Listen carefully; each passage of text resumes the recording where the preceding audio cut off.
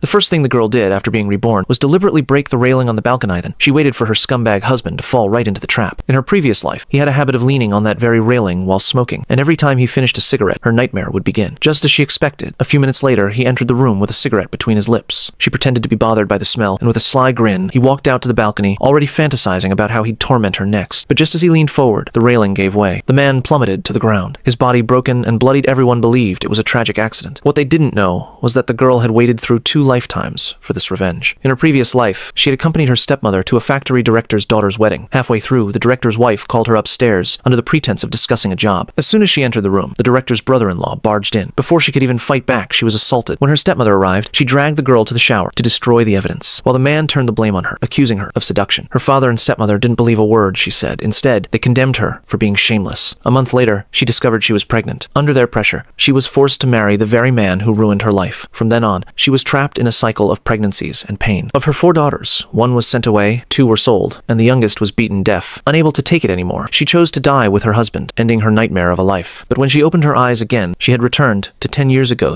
the day of that wedding. Watching her stepmother exchange knowing glances with the factory director's wife, she suddenly realized everything had been a setup. Her stepmother hadn't brought her to give a wedding gift. She was the gift. Just like before, the director's wife told her to go upstairs and wait, pretending it was about work. As she climbed the stairs, she could feel a pair of lustful eyes following her from the shadows. This time, determined to put an end to it all, she came up with a plan that led to the scene on the balcony. As the man lay below, half dead from the fall, she calmly turned on the radio and listened to music, smiling as his screams echoed up from the street.